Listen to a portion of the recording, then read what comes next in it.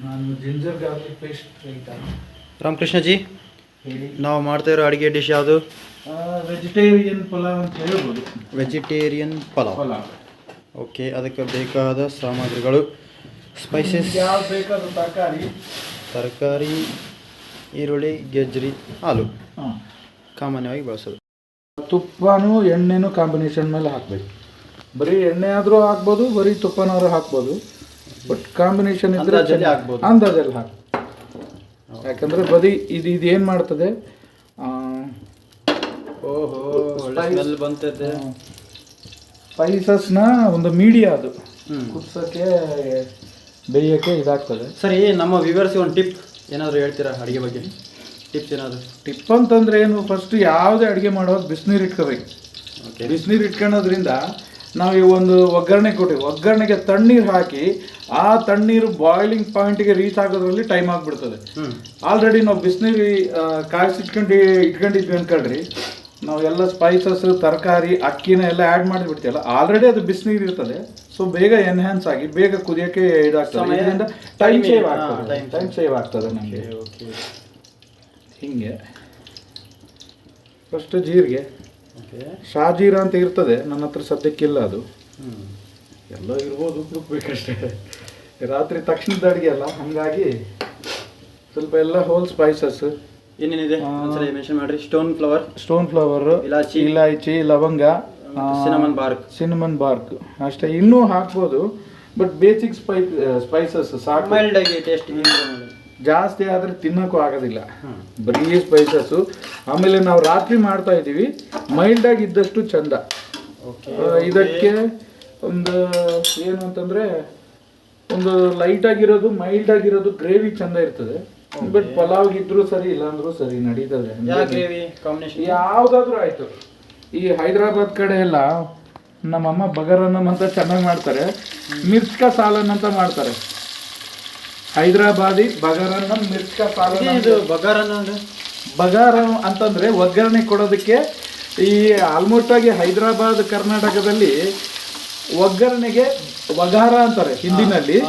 So ಇದು Urdu mix ಆಗಿರೋದ್ರಿಂದ ಬಗಾರ, ವಗಾರ, ಅನ್ನಂಗೆ ಅನ್ನಂ.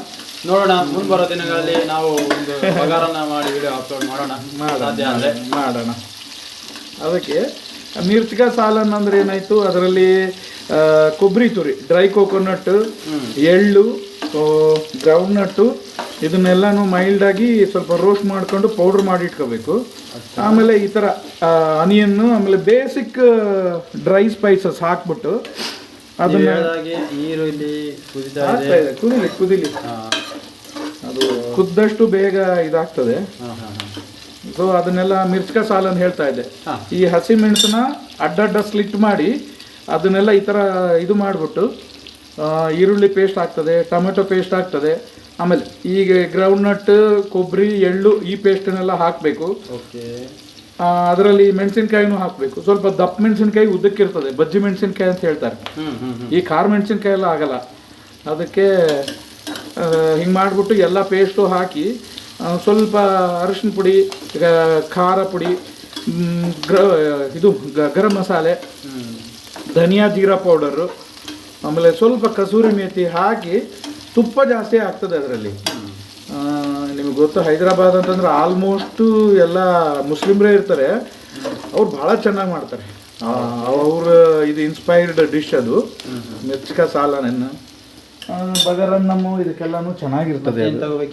ಈಗ ತರಕಾರಿ ಸದ್ಯಕ್ಕೆ ಕ್ಯಾರೆಟು, ಆಲೂಗಡ್ಡೆ ಹಾಕ್ತಾ ಇದ್ದೀವಿ. ಈ ರೀತಿ ಶೇಪಲ್ಲೇ ನಾವು, ಅದು ಡಿಸೈರ್ಡ್. ಯಾಕೆ ಈಗ ಮಾಡೋದ್ರಿಂದ ಬೇಗ ಕುದೀತದೆ, ಫ್ಲೇವರ್ ಬಿಟ್ಕೊಳ್ತದೆ. ಕೆಲವರೆಲ್ಲ ರೌಂಡ್ ಆಗಿ ಕಟ್ ಮಾಡ್ತಾರೆ. ಸೊ ಏನಂತಂದರೆ, ಒಂದು ಯಾವುದೇ ಡಿಶ್ ಮಾಡಿದ್ರಿ ಅನ್ಕೊಳ್ರಿ, ಕಲರ್ಫುಲ್ ಆಗಿರಬೇಕು, ಕಣ್ಣಿಗೆ ಚೆನ್ನಾಗಿದ್ದರೆ ಬಾಯಿಗೂ ಹಿತವಾಗಿರ್ತದೆ ಅಂತ ದೊಡ್ಡವ್ರು ಹೇಳ್ತಾರೆ. ಸೊ ಅದು ಟ್ರಿಕ್ಕು. ಅದು ಆಯಿತು. ಇವಾಗ ಕ್ಯಾಪ್ಸಿಕಮ್ ಹಾಕ್ತಾ ಇದ್ದೀನಿ. ಸೊ ನಮ್ಮ ವ್ಯೂವರ್ಸ್ಗೆ ಕ್ಯಾಪ್ಸಿಕಮ್ ಬಗ್ಗೆ ಒಂದು ಸ್ವಲ್ಪ ಮಾಹಿತಿ ಕೊಡ್ತೀರಾ? ಕ್ಯಾಪ್ಸಿಕಮ್ ಅನ್ನೋದು ಒಂದು ಮೈಲ್ಡ್ ಆಗಿರೋದು ತರಕಾರಿ. ಇದು ಯಾವುದೇ ಗ್ರೇವಿಗೆ, ಯಾವುದೇ ಇದಕ್ಕಾದರೂ ಸೂಟ್ ಆಗ್ತದೆ. ಅದರಲ್ಲಿ ಸ್ಪೈಸಿಯಾಗಿ ಮಾಡ್ಬೋದು, ಲೈಟಾಗಿ ಮಾಡ್ಬೋದು, ಮೈಲ್ಡಾಗಿ ಮಾಡ್ಬೋದು. ಯಾವುದೇ ಫ್ರೈಡ್ ರೈಸು ಅದಕ್ಕೆ ಇದು ಹಾಕ್ಬೋದು. ಇನ್ನೊಂದೇನು ಅಂತಂದರೆ ನಮ್ಮಮ್ಮ ಕ್ಯಾಪ್ಸಿಕಮ್ ಪಚ್ಚಡಿ ಅಂತ ಕ್ಯಾಪ್ಸಿಕಮ್ ಜೊತೆ ಚಟ್ನಿ ಮಾಡ್ತಾರೆ. ಕ್ಯಾಪ್ಸಿಕಮ್ ಚಟ್ನಿ ಬಹಳ ಚೆನ್ನಾಗಿರ್ತದೆ. ಜನರಲ್ ಆಗಿ ಈಗ ನೋಡಿ, ಇದು ಬೇಸಿಕಲಿ ಮೆಕ್ಸಿಕನ್ ಇದೆ ಆ್ಯಕ್ಚುಲಿ. ಪೆಪ್ಪರ್ ಅಂತ ಹೇಳ್ತಾರೆ, ಗ್ರೀನ್ ಪೆಪ್ಪರ್, ಬೆಲ್ ಪೆಪ್ಪರು. ಇದರಲ್ಲಿ ಸಾಮಾನ್ಯ ಕೆಂಪು, ಹಳದಿ, ಗ್ರೀನು 3 ಥರದ್ದು ಬರ್ತವೆ. ನಾವು ಸಾಮಾನ್ಯ ಯೂಸ್ ಮಾಡೋದು ಗ್ರೀನ್ ಕಲರ್ದೆ. ಇಂಡಿಯನ್ ಕ್ಯೂಸಿನಲ್ಲಿ ಅವರೆಲ್ಲ ಸ್ವಲ್ಪ ಕಾಂಟಿನೆಂಟಲ್ ಡಿಶ್ ಹಂಗಿಂಗ್ ಅಂದಾಗ ಮಾತ್ರ ಸ್ವಲ್ಪ ಅವರು ಅದನ್ನೆಲ್ಲ ಯೂಸ್ ಮಾಡ್ತಾರೆ, ಬೆಲ್ ಪೆಪ್ಪರ್ಗಳು ಅದೆಲ್ಲ. ಎಲ್ಲ ಮೆಡಿಸಿನಲ್ ವ್ಯಾಲ್ಯೂ ಎಲ್ಲ ಒಂದೇ. ಸ್ವಲ್ಪ ಉಪ್ಪು ಹಾಕೋಣ, ಗೊತ್ತಿರೋದು ಅಂದಾಜು ರುಚಿಗೆ ತಕ್ಕಷ್ಟು ಉಪ್ಪು. ಇದಕ್ಕೆಲ್ಲ ಅರಶಿನ ಹಾಕಂಗಿಲ್ಲ, ಯಾಕಂದ್ರೆ ಪಲಾವ್ ಕೆಲವರು ಅವ್ರದ್ದೇ ಓನ್ ಸ್ಟೈಲ್ ಆಫ್ ಇದು ಮೆಥಡ್ ಮಾಡ್ತಾರೆ. ನಾನು ಹಾಕ್ತಾ ಇಲ್ಲ, ಯಾಕಂದರೆ ಡಿಸೈನ್ ಇರ್ತವೆ ತರಕಾರಿ ಬಣ್ಣಗಳೆಲ್ಲ. ಅರಶಿನ ಹಾಕ್ಬಿಟ್ರೆ ಎಲ್ಲ ಬಣ್ಣ ಹಾಳಾಗ್ಬಿಡ್ತದೆ ಅಂತೇಳಿ ಎಲ್ಲ ಬಣ್ಣನೂ ಕಾಣ್ತದೆ ಚೆನ್ನಾಗಿ. ಇದು ಈ ಕಡೆ ಬೇಯ್ತಾ ಇರಲಿ. ಸ್ವಲ್ಪ ನಾವು ಲೈಟಾಗಿರೋ ಸ್ಪೈಸ್, ಧನಿಯಾ ಜೀರಾ ಪೌಡ್ರು, ಸ್ವಲ್ಪ ಗರಂ ಮಸಾಲೆ ಹಾಕೋಣ. ಓಕೆ. ಇದು ಬಂದು ಜೀರಾ ಪೌಡ್ರು, ಜೀರಿಗೆ ಪುಡಿ. ಇದು ಡೈಜೆಷನ್ ಎನ್ಹ್ಯಾನ್ಸ್ ಮಾಡ್ತದೆ. ನಿಮಗೆ ಗೊತ್ತು, ಮಸಾಲೆ ಹಾಕೋದ್ರಿಂದ ಕೆಲವ್ರಿಗೆಲ್ಲ ಹೆವಿ ಆಗಿಬಿಡ್ತದೆ ಹೊಟ್ಟೆ. ಸ್ವಲ್ಪ ತಿಂದ್ರೂ ಒಂಥರ ಹೊಟ್ಟೆ ಉಬ್ರ, ಗ್ಯಾಸ್ಟ್ರಿಕ್ ಚಾನ್ಸ್ ಅಂತಲ್ಲ, ಆಲ್ಮೋಸ್ಟ್ ಹಾಗೆ ಆಗ್ತದೆ. ಇದು ಧನಿಯಾ ಪುಡಿ. ಎರಡೂ ಒಳ್ಳೆ ಟೇಸ್ಟ್, ಆಹಾರದಲ್ಲಿ ಮಾಡುವಾಗ ರುಚಿಯನ್ನು ವರ್ಧನೆಗೊಳಿಸ್ತವೆ.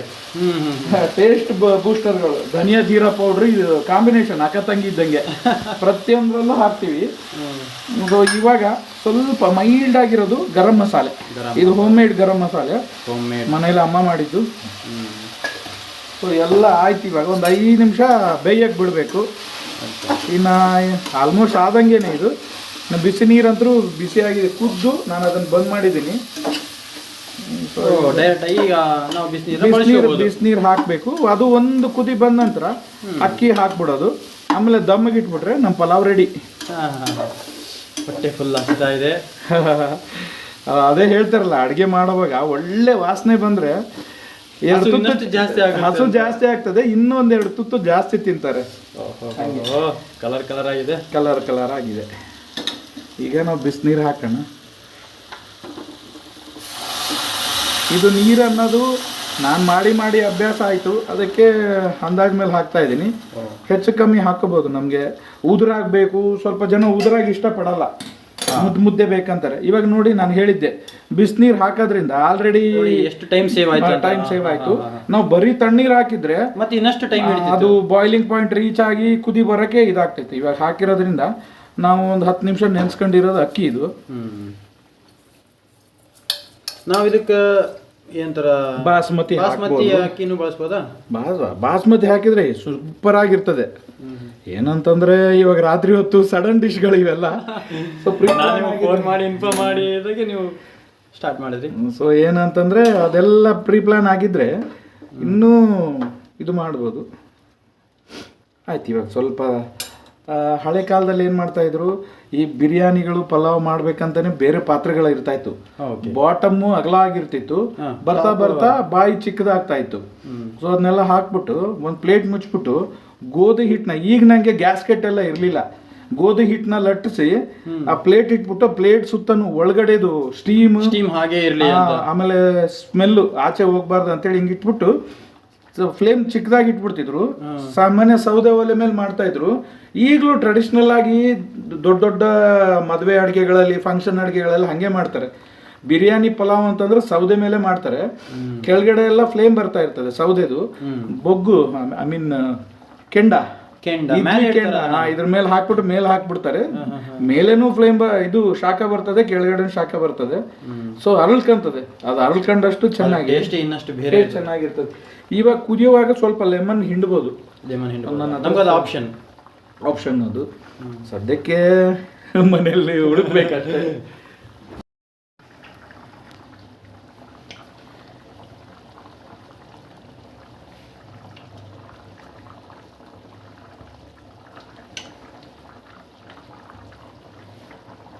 ಇದೂ ಅಷ್ಟೇ, ಲೆಮನ್ ಅನ್ನೋದು ಡೈಜೆಷನ್ಗೆ ಇದಾಗ್ತದೆ, ರುಚಿನೂ ಚೆನ್ನಾಗಿರ್ತದೆ, ವಿಟಮಿನ್ ಸಿ ಐರನ್ ಚೆನ್ನಾಗಿ ಅಬ್ಸಾರ್ಪ್ಷನ್ ಮಾಡುತ್ತೆ, ಅಬ್ಸಾರ್ಪ್ಷನ್ ಮಾಡ್ತದೆ.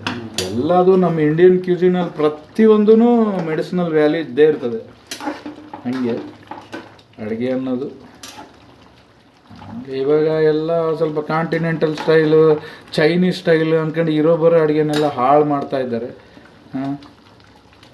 ಯಾವುದಾಯ್ತು ನೇಟಿವ್ ಮೂಲ ರುಚಿ ಅದೇನಿರ್ತದೆ ಅದೇ ಇರಬೇಕು.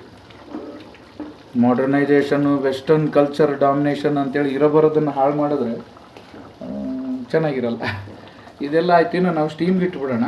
ಓಕೆ, ಕುದೀತದೆ. ಸರಿ, ಸುಮಾರು ಎಷ್ಟು ಸಮಯ ನಾವು ಇದಕ್ಕೆ ಅಲ್ಲ ನಿಮ್ಗೆ ಅಂದಾಜು ಗೊತ್ತಾಗ್ತದೆ. ಕುಕ್ಕರ್ನಲ್ಲಂತೂ ಮಾಡಲೇಬಾರ್ದು, ಯಾಕಂದ್ರೆ 2-3 ಸೀಟಿ ಒಂದು ವಿಷಲ್ ಆ ಕಡೆ ಈ ಕಡೆ ಆಯ್ತು ಅಂತಂದ್ರೂ ಮೆತ್ತಗಾಗ್ಬಿಡ್ತದೆ. ಇದನ್ನ ಹಿಂಗೆ ಕುದಿಸ್ಬೇಕು. ಅದಕ್ಕೆ ದಮ್ ಬಿರಿಯಾನಿ ಅಂತ ಹೇಳ್ತಾರೆ. ಅದಕ್ಕೆ ನಾವು ಸುಮ್ಮನೆ ಹಿಂಗೆ ಇಟ್ಬಿಡೋಣ.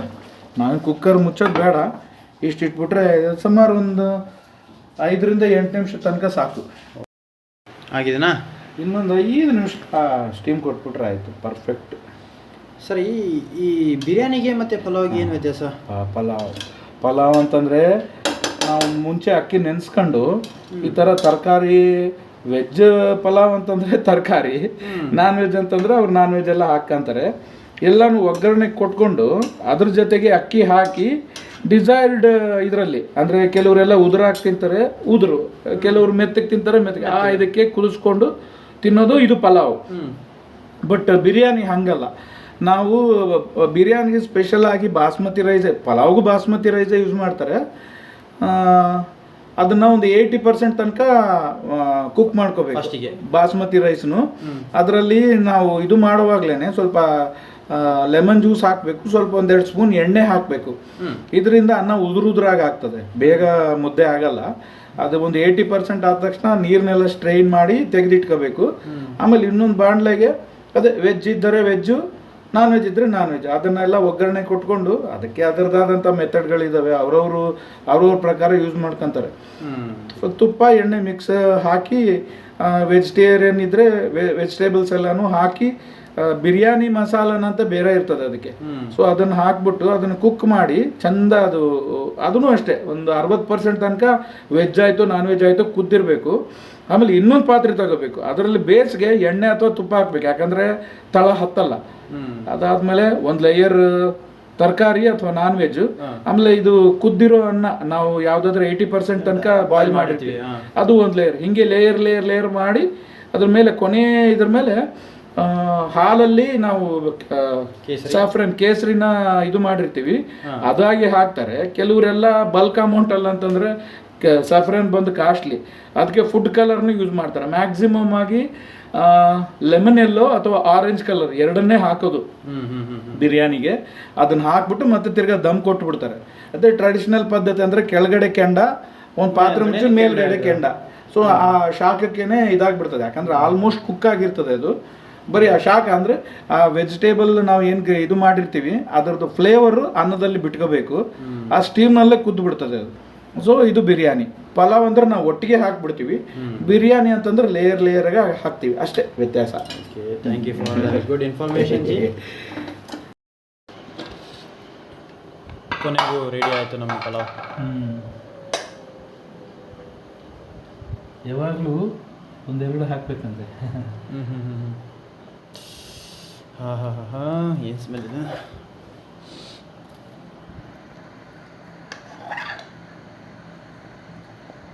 ನೀವು ಒಂದ್ಸಲ ನಿಮ್ಮ ಮನೆಯಲ್ಲಿ ಈ ರೀತಿ ಟ್ರೈ ಮಾಡಿ, ಟೇಸ್ಟ್ ಮಾಡಿ, ಕಾಮೆಂಟ್ ಮಾಡಿ.